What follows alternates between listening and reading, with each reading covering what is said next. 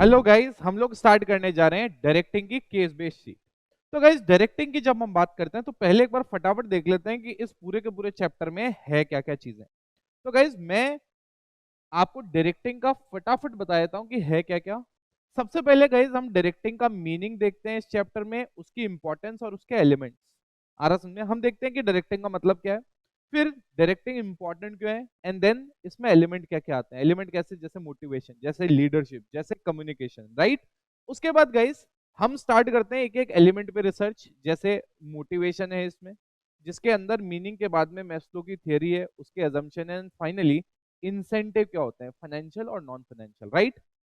Post that हम second element पे जाते हैं, जो कि क्या होता है, लीडरशिप, जिसमें हमारे पास लीडरशिप की इंपॉर्टेंस है, लीडर की क्वालिटीज है, and then different different leadership style है। उसके बाद में वी डिस्कस अबाउट कम्युनिकेशन, जिसमें कम्युनिकेशन के टाइप भी हैं, प्रोसेस तो है ही है कम्युनिकेशन में, बट उसके टाइप्स भी हैं, फॉर्मल, इनफॉर्मल। उसके बाद कम्युनिकेशन में क्या क्या बैरियर्स आते हैं, डिफरेंट डिफरेंट बैरियर्स हैं, सेमेंटिक बैरियर्स हैं, साइकोलॉजिकल बैरियर्स हैं, ऑर्गेनाइजेशनल बैरियर्स हैं, पर्सनल बैरियर्स हैं, एंड देन उन बैरियर्स को ओवरकम कैसे करना है, उनसे इंप्रूव कैसे कर सकते हैं, राइट। इस पूरे के पूरे चैप्टर में ये सारे के सारे पॉइंटर्स हैं जो हमारे सिलेबस में है, राइट। चलिए, तो अब हम स्टार्ट करते हैं एक एक केस। मैंने आपको जस्ट एक बार ओवरव्यू दे दिया है, सो दैट जब चैप्टर में आप एक एक केस बेस का आंसर देखो तो ऐसा नहीं हो आप लॉस्ट हो जाओ कि यार इस चैप्टर में आखिरकार है क्या क्या। चलिए, तो गाइस स्टार्ट करते हैं बिना टाइम वेस्ट किए हुए। Shreya is the MD of XYZ Limited. Recently, the board has decided that some of the loss-making branches of the company will be shut down in the financial year. The decision has been communicated to the branch manager. मतलब उन्होंने कहा कि हम कुछ shut down करने वाले हैं company में, कुछ कुछ ब्रांचेस, और ब्रांच मैनेजर्स को उन्होंने कम्युनिकेट किया, but they have been instructed, branch manager को बोला कि भैया do not disclose this information to the employees. A secretary in one of the branches has leaked the news, and now employees have come to know of the news through their friends in other branches. तो कहने का मतलब क्या है, ये जो company थी ये अपनी कुछ ब्रांचेस बंद कर रही थी, बट इन्होंने क्लियरली इंस्ट्रक्ट किया था कि यार तुम एम्प्लॉइज को अभी बताना मत कि हम ये बंद करने वाले हैं, बट उनको धीरे धीरे किसी सेक्रेटरी ने कोई इन्फॉर्मेशन लीक की, तो जो उनके फ्रेंड्स थे उनके थ्रू पता पढ़ते पढ़ते उनको पता पड़ गया। अब आप देखो यहाँ पे क्वेश्चन क्या है, identify the type of communication that has been described. यहाँ पे भैया कौन सा टाइप का कम्युनिकेशन है जो यहाँ पे डिस्क्राइब्ड हो रहा है? भैया सबसे पहले आपको पता होना चाहिए फॉर्मल नहीं है, इनफॉर्मल है। अरे यार, कंपनी ने तो फॉर्मली कहा था। कंपनी ने क्या कहा था? फॉर्मली कहा था। कंपनी ने ये कहा था फॉर्मली कि यार आप किसी को बताना नहीं। कंपनी ने क्या बोला? आप किसी को बताना नहीं। बट इन्होंने क्या किया? बता दिया। तो इसका मतलब ये कौन से वाले कम्युनिकेशन में है भैया? इनफॉर्मल वाले मोड में हो गया ये, क्योंकि कंपनी अगर अपने ऑफिशियल चैनल से कम्युनिकेट करती फॉर्मल रहता, बट उनको अपने फ्रेंड्स के थ्रू पता पड़ रहा है, इसका मतलब ये इनफॉर्मल है। Explain the type of formal communication. भैया फॉर्मल कम्युनिकेशन के कौन से टाइप होते हैं? Do you know that formal के दो होते हैं। एक कौन सा होता है? वर्टिकल, एक हॉरिजॉन्टल। वर्टिकल मतलब क्या होता है? जैसे जब एक ऊपर और एक नीचे वाली जो पोजीशन पे, मतलब एक सुपीरियर और सबॉर्डिनेट, एक सुपीरियर और एक सबॉर्डिनेट जब आपस में कम्युनिकेट करते हैं, हम कहते हैं ये वर्टिकल है, राइट। अब दोनों हो सकते हैं, इसमें अपवर्ड भी हो सकता है, मतलब सबॉर्डिनेट से इंफॉर्मेशन जा रही है तो अपवर्ड, और सुपीरियर से सबॉर्डिनेट आ रही है तो वर्टिकल कम्युनिकेशन में कौन सा हो गया? डाउनवर्ड। तो एक होता है वर्टिकल जिसमें दो चीजें, अपवर्ड और डाउनवर्ड। वैसे एक होता है जिसको हम कहते हैं हॉरिजॉन्टल, मतलब जब एक डिवीजन का आदमी दूसरे डिवीजन के आदमी से कम्युनिकेट करता है तो हम कहते हैं वो हॉरिजॉन्टल कम्युनिकेशन हो रहा है। तो गाइस, सबसे पहले आपने आइडेंटिफाई कर लिया इनफॉर्मल है, उसके बाद आपने बताया कि जो फॉर्मल होता है उसमें दो पार्ट होते हैं, एक होता है वर्टिकल, एक होता है मेरे प्यारे बच्चों हॉरिजॉन्टल। चलिए, सो गाइस अब हम स्टार्ट करते हैं सेकंड क्वेश्चन। सेकंड क्वेश्चन क्या कहता है? Ramesh is the departmental head of a clothing apparel at his company. He had recently had to fire employ due to incompetence, मतलब कॉम्पिटेंट नहीं था इसलिए उसने फायर कर दिया, उसने कहा बेटा आप हमारी कंपनी से निकल जाओ, and has been angry mood in all morning. Akash, the warehouse manager, went to his office at noon explaining that their monthly shipment, which was due for the day after, has been delayed due to some problems with the supplier. तो अब क्या हुआ? पहले कुछ हुआ, उसने किसी को फायर वायर किया, उसका मूड पूरे दिन खराब था, फिर एक बंदा आया, आकाश, उसने बताया कि हमारे कोई ना डिले हो रहा है, कोई कंसाइनमेंट, कोई शिपमेंट। अब रमेश, अब ध्यान से देखना, रमेश बेयरली पेड अटेंशन, मतलब रमेश ने ध्यान ही नहीं दिया। रमेश ने क्या किया बेटा, ध्यान ही नहीं दिया कि क्या हो रहा है। रमेश ने तो क्या किया बेटा, ध्यान नहीं दिया और आकाश को बोला तुम अपने आप देख लो, you sort out whatever the problem was on his own. Recently the finance department had a new female employee join in. Ramesh does not trust the competence, अब आप देख रहे हो इसमें एक और चीज आई है। Ramesh does not trust the competence of the female employee with respect to financial advice, कि भैया फाइनेंशियल एडवाइस के रिस्पेक्ट में रमेश ना फीमेल एम्प्लॉय की कॉम्पिटेंसी को ट्रस्ट नहीं करता, उसको लगता वो नहीं कर पाएंगे, ऐसा उसको लगता है। हाँ? As a result, when she came to him with suggestion about how to improve the working capital management of the company, Ramesh dismissed her. Ramesh ने डिसमिस कर दिया भैया उसे। क्या आपके दिमाग में क्वेश्चन अभी तक पूरा क्लियर है? दो चीज हो रही है, एक तो आकाश आया, उसकी बात नहीं सुनी, और वो फीमेल एम्प्लॉय की कॉम्पिटेंसी को, फाइनेंशियल कॉम्पिटेंसी को ट्रस्ट नहीं करता। दो इंपॉर्टेंट पॉइंट अभी तक निकले। अब आ जाए, identify and classify the two potential barrier of communication that Ramesh faces. मतलब रमेश जो यहाँ पे फेस कर रहा है वो कौन से बैरियर हैं? आपको याद है ना कितने बैरियर्स होते हैं? चार तरह के होते हैं, semantic barrier, psychological barrier, organisational barrier and the fourth one is personal barrier. यहाँ पे आप देखोगे साइकोलॉजिकल बैरियर है, कौन सा? सबसे पहले एक तो पुअर रिटेंशन है, एक तो क्या है, पुअर रिटेंशन। पुअर रिटेंशन आप लिख सकते हो कि वो रिटेन नहीं कर पा रहा, आ रहा समझ? एक ये लिख सकते हो। मैं तीन बताऊंगा बट मैं बताऊंगा दो इसमें कौन सी इंपॉर्टेंट है जो ज्यादा इसमें सूट करती है। दूसरा है लैक ऑफ अटेंशन, एंड तीसरा जो यहां पे आप कनेक्ट कर सकते हो मेरे प्यारे बच्चों, वो थर्ड वन है डिस्ट्रस्ट। अगर आप मुझसे पूछोगे सर ये तीन हमें कनेक्ट तो हो रहे हैं, बट अगर आप आंसर फ्रेमिंग करोगे तो इनमें से कौन सा यूज करना चाहोगे, तो मैं कहूंगा मैं लैक ऑफ अटेंशन और डिस्ट्रस्ट यूज करूंगा, क्योंकि वो फीमेल एम्प्लॉय को ट्रस्ट नहीं करता, इसलिए कम्युनिकेशन में बैरियर है ना, वो भले ही कुछ भी अच्छा बोले वो सुनेगा ही नहीं। दूसरा, वो आकाश उसको बताने आया but he is not attentive at all, तो लैक ऑफ अटेंशन है। अरे यस और नो यार, तो इसलिए मैं ये दो लिखता, कनेक्ट करते हुए आपको तीन दिखेंगे बट मैं इसको यूज नहीं करता क्योंकि ये दो मुझे बहुत ज्यादा सूटेबल यहाँ पे लग रहे हैं। क्लैरिटी है? चलिए सेकंड पार्ट पे, list and explain any three organisational barriers. अब गाइज ऑर्गेनाइजेशनल बैरियर्स हमें यहाँ पे समझना है।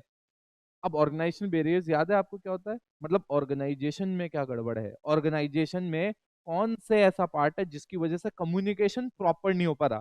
तो मैं आपको एक चीज बताता हूँ, आई होप आपको याद होगा, नहीं याद है तो मैं आपको बता देता हूँ।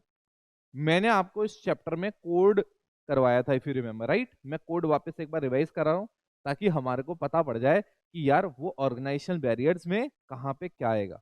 क्लैरिटी है? तो फटाफट सबसे पहले हम लोग देखते हैं, हमने इंपॉर्टेंस का कोड किया था सबसे पहले। किसका कोड किया था? इंपॉर्टेंस। ये क्या है? ये इंपॉर्टेंस है किसकी?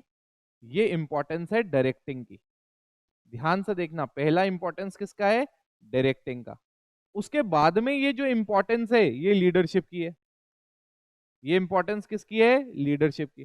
बट कोड के लिए मुझे एक बार सारा बताना पड़ेगा ताकि कोड आपको याद हो जाए। आ रहा समझ में? गप्पू पे कोड बनाया था हमने, किस पे? गप्पू पे। क्या है गप्पू का कोड? देखो, इन सनी चेन्नई गप्पू इनिशिएट। हाँ, आपको याद ही होगा, हम पूरे चैप्टर में सिर्फ एक ही स्टोरी लिखते हैं ताकि हमारे को पूरी स्टोरी याद रहे यार। हर एक चीज के लिए एक निमोनिक अलग से बना देंगे तो दिक्कत हो जाएगी ना, बच्चा एक चैप्टर में पांच पांच स्टोरी थोड़ी याद करेगा। तो मैंने कुछ कुछ चैप्टर में, दो चैप्टर में एक स्टोरी बना रखी है और बड़े चैप्टर में एक चैप्टर की एक स्टोरी, ठीक है।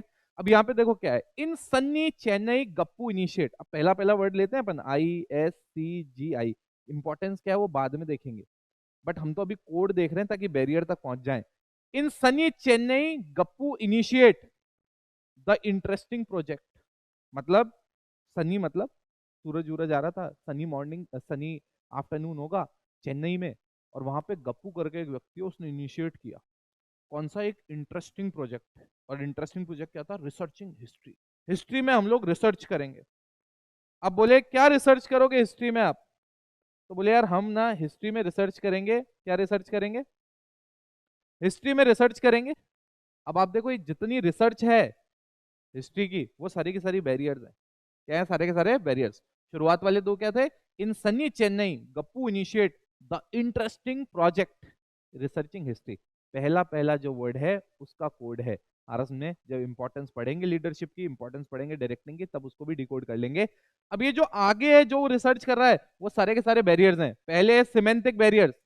तो भैया रिसर्चिंग हिस्ट्री क्या रिसर्च करेगा Gappu? Number one, battles, singing folk tales, unveiling Thar's beauty. Thar desert है ना, अनवीलिंग थार्स ब्यूटी। क्लैरिटी है? वापस वापस वापस देखो, जो पहली बार सुन रहा है, दो तीन बार जब अपन साथ में सुनेंगे तब जाके दिमाग में सेट होगा, बट एटलीस्ट इससे क्या होता है, इंपॉर्टेंट पॉइंट्स के लिए क्लू मिल जाता है यार। ठीक है, तो वापस, in Sunny Chennai Gappu initiates the interesting project researching history. ये क्या हो गया? इंपॉर्टेंस हो गई। अब हिस्ट्री में क्या? Battles, singing folktales, unveiling Thar's beauty. Semantic barriers हो गए। हमसे सिमेंटिक पूछे हैं क्या? अभी नहीं, इसलिए हम उस पर नहीं जा रहे हैं कि ये पहले पहले वर्ड का मतलब क्या है। हमसे क्या साइकोलॉजिकल बैरियर पूछे? नहीं, बट कोड के फ्लो के लिए जरूरी है। आमची लक्ष्मी डेयरिंग परफॉर्मेंस। अरे यार, लक्ष्मी रानी लक्ष्मीबाई ने जो आंदोलन किया था, जो विद्रोह किया था अंग्रेजों के खिलाफ, उसको क्या करना? आमची मतलब हमारी, आमची लक्ष्मी डेयरिंग परफॉर्मेंस। आ रहा समझे? वापस वापस, in Sunny Chennai, in Sunny Chennai Gappu initiate the interesting project researching history. क्या? Battles, singing folktales, unveiling Thar's beauty. आ रहा समझे? आफ्टर दैट, आमची लक्ष्मीज डेयरिंग परफॉर्मेंस। अब ये साइकोलॉजिकल हमें नहीं करना, अब हम किस पे चल रहे हैं? जो मेन हमारा है, ऑर्गेनाइजेशनल पे आ रहे हैं। बट इस बहाने पूरा कोड भी रिवाइज हो रहा है आपका। उसके बाद में और सेलिंग कोलंबस, और sailing Columbus famously found islands USA and continued. क्या क्या? वापस वापस वापस वापस, वापस। In Sunny Chennai Gappu initiate the interesting project researching history. History में क्या? Battles, singing folktales, unveiling Thar's beauty. And then फिर हमारे पास क्या आ गया भैया? फिर क्या आ गया हमारे पास? फिर हमारे पास क्या आ गया? फिर हमारे पास आ गया, फिर आ गया हमारे पास आमची रानीज डेयरिंग परफॉर्मेंस और Columbus famously found islands USA and continued. तो अब मुझे क्या चाहिए?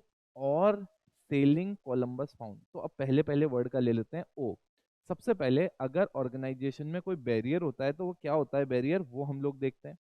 ऑर्गेनाइजेशन में कोई बैरियर होता है तो सबसे पहले बैरियर होता है ऑर्गेनाइजेशन की खुद की पॉलिसीज। ऑर्गेनाइजेशन में जो रूल्स एंड रेगुलेशंस बना रखे हैं, ऑर्गेनाइजेशन में जो स्टेटस वगैरह लोगों का है, कॉम्प्लेक्स अगर ऑर्गेनाइजेशन का स्ट्रक्चर है, ऑर्गेनाइजेशन में फैसिलिटीज प्रॉपर नहीं है, तो these all can act as barriers in communication. तो यही हमारा क्वेश्चन था, यही हमारा क्वेश्चन था, यही हमारा क्वेश्चन था कि लिस्ट एनी थ्री। हमने तो भैया थ्री की जगह कितने लिस्ट कर दिए? 1 2 3 4 5, कोई भी थ्री आप यूज कर लो। चलिए, explain any 5 ways in which communication process can be improved. मैंने आपको कहा था हर क्वेश्चन में दो, हर मतलब केस स्टडीज जो मैं आपके साथ डिस्कस करूंगा, दो काम आपको दूंगा। तो जब मैंने इतना सब समझा दिया तो क्या इंप्रूवमेंट आप बता सकते हो क्या? आ रहा समझ में? जैसे एक दो हिंट देता हूं। क्लैरिफाई कर लो आइडिया को पहले, कम्युनिकेट करने से पहले सामने वाले की नीड के हिसाब से आप कम्युनिकेट करो। एक दो हिंट दे दिए, अब आपको ये बताना है मुझे। और बताना कहाँ है? अगर यूट्यूब पे देख रहे हो तो यूट्यूब पे कमेंट करके बता दो यार। अगर आप लिंक्डइन पे हो तो लिंक्डइन पे आप मुझे अपना आंसर फोटो खींच के मुझे टैग कर दो। इंस्टाग्राम पे आप टैग कर दो। बट आंसर आना चाहिए, मुझे लगना चाहिए कि नहीं यार बच्चा इसमें पढ़ रहा है। चलिए, अब आते हैं next. Shivang is the functional head of the production department. He doesn't believe in the capabilities, he doesn't believe in the capabilities of employees in his department, and so gives very specific instructions about the work to be done. He doesn't accept any comment or suggestion from any of his subordinate. मतलब उसको अपने अंदर जो employees काम कर रहे हैं उन पे ज्यादा विश्वास नहीं है, ज्यादा ट्रस्ट नहीं है। तो वो क्या करता है, किसी की भी राय लेता नहीं है, ना कमेंट मांगता है, ना सजेशन मांगता है, और डिस्कशन में विश्वास रखता ही नहीं।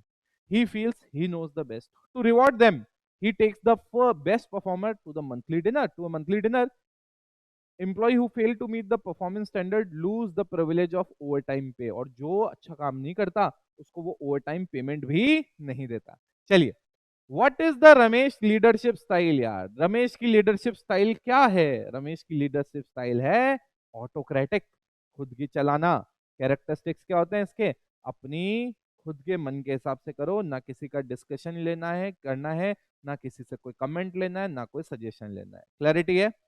Discuss the characteristics of any one. और भी कोई लीडरशिप स्टाइल है, कोई भी ले लो यार, दो है आपके पास, फ्री रेन स्टाइल है, दूसरा डेमोक्रेटिक स्टाइल है, और उसमें क्या होता है वो आप साथ में मेंशन कर सकते हो। Am I making sense guys? क्या आपको करेक्ट करना आ गया? ये तो इजी था यार, कुछ भी इसमें ज्यादा ऐसे रॉकेट साइंस अपने को नहीं लगी, राइट?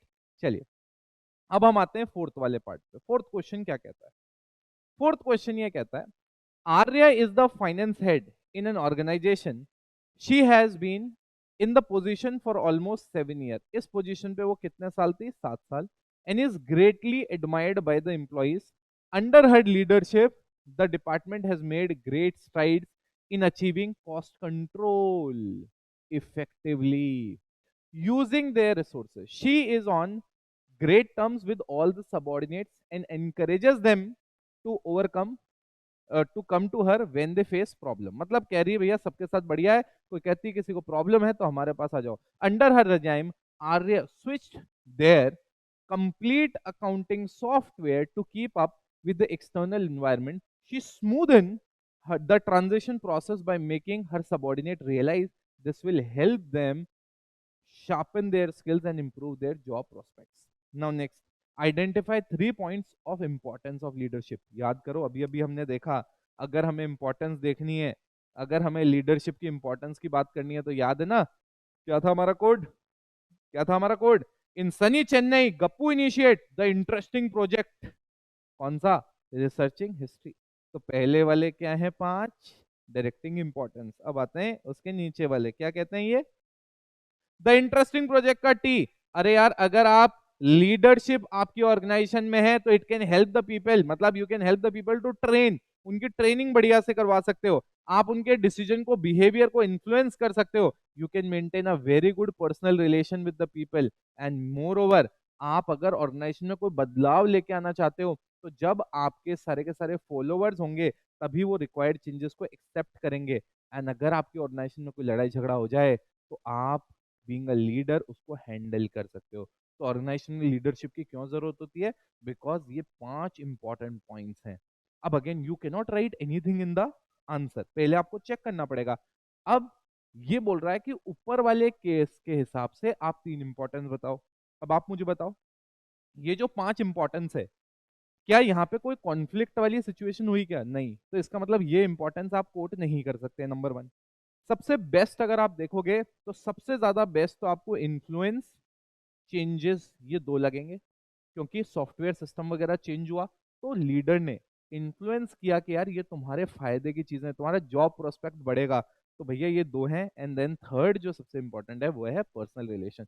मैं आपकी जगह आंसर लिखूंगा तो मैं ये तीनों आंसर में डालूंगा। हाँ, अगर चौथा मांगते तो मैं फिर ट्रेनिंग भी डाल देता, बट मैं कभी भी हैंडल कॉन्फ्लिक्ट यहाँ पे नहीं डालता, क्योंकि यहाँ पे कोई कॉन्फ्लिक्ट वाली सिचुएशन हुई ही नहीं है। तो जब आपके पास, भले ही आप याद करके गए हो, बट अगर केस बेस्ड चीज आपने प्रैक्टिस नहीं करी है, ऑटोमेटिकली क्या होगा? आपको प्रॉब्लम आएगी। चलिए सेकंड पॉइंट देखते हैं, क्या है second point? Describe 2 ways in which Arya is a good leader. Arya good leader कैसे है? 2 तरीके बता दो। नंबर 1, सबसे बेटर, कम्युनिकेशन स्किल्स बहुत बढ़िया है, कम्युनिकेशन स्किल्स बहुत अच्छा है, इनिशिएटिव ले रही है, पर्सनल रिलेशनशिप इनसे मेंटेन कर रही है। तो बेसिकली इसमें से बहुत सारे हैं, आप इनमें से, मैंने आपको बता दिया कुछ, उनमें से आप कुछ यूज करके लिख सकते हो। Am I making sense? चलिए आगे बढ़ते हैं। Question number 5, in the last financial year the performance of XYZ limited has been below standard and has seen increase in the employee turnover. Employee turnover, rate of employee turnover, मतलब अब उनकी performance इतनी अच्छी नहीं आ रही, तो उनके यहाँ के जो एम्प्लॉइज है ना, वो छोड़ छोड़ के यहाँ से जा रहे हैं। इसको लेबर टर्नओवर कहते हैं, मतलब एम्प्लॉय टर्नओवर। तो ये बढ़ती जा रही है। Manager have been instructed to implement training programmes and use other appropriate methods to get the company back on the track. Ankit is the head of the divisional branch in Delhi and believes that his subordinates that are competent but just lack motivation. अब ये क्या कहता है?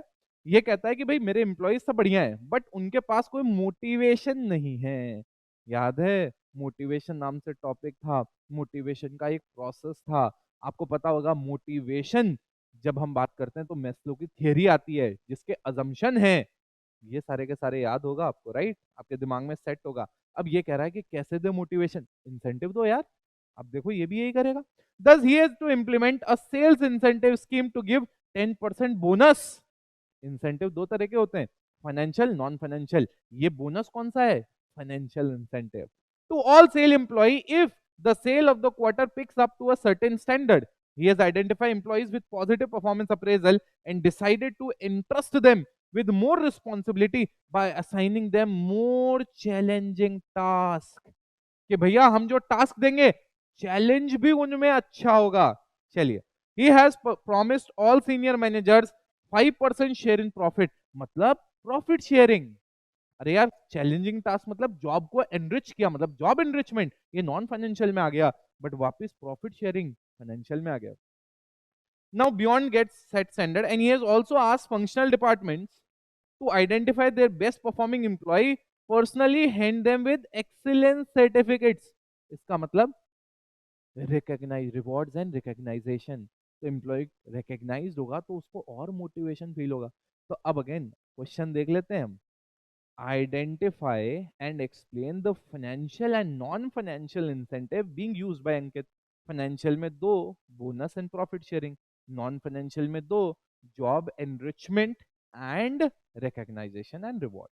चलिए, how can the use of incentive help the organisation. अब देखो ये question purposely मैंने डाला है। क्यों डाला है?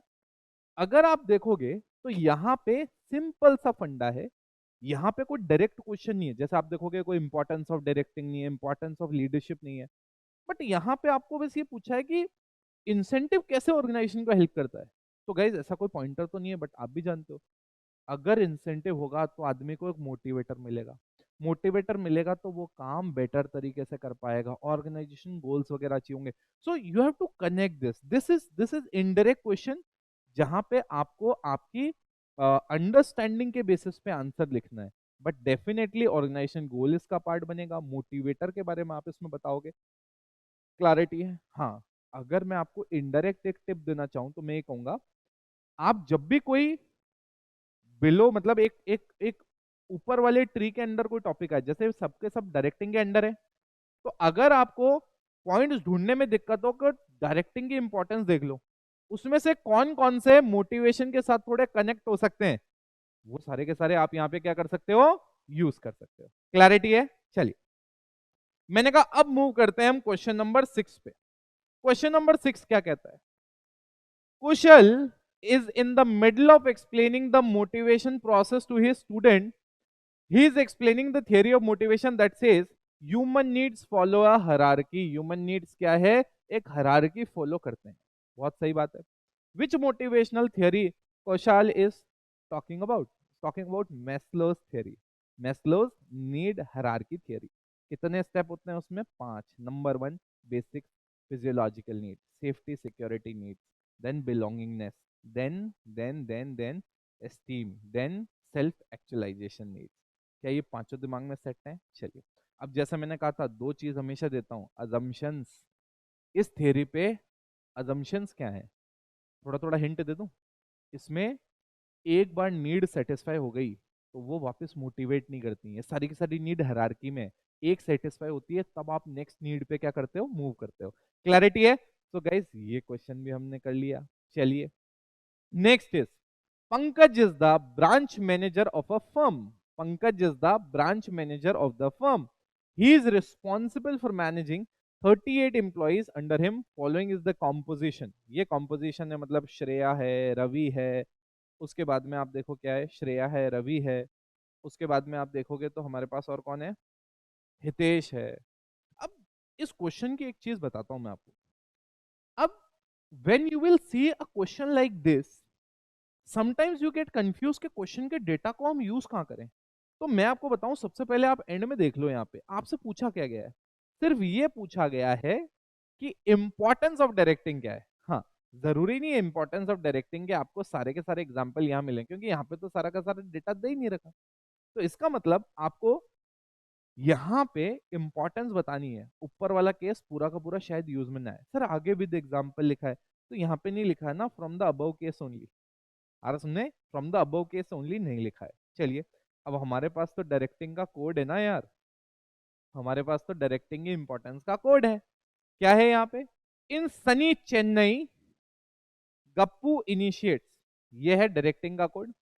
आई मतलब इनिशिएट एक्शन, अगर आप डायरेक्ट करोगे लोगों को, भाई आपने प्लान किया, ऑर्गेनाइज किया, स्टाफ रख लिया, अब भैया डायरेक्ट तो करोगे, आ रहा सुनने, काम तो करवाओगे उनसे, तो ये इनिशिएट करता है।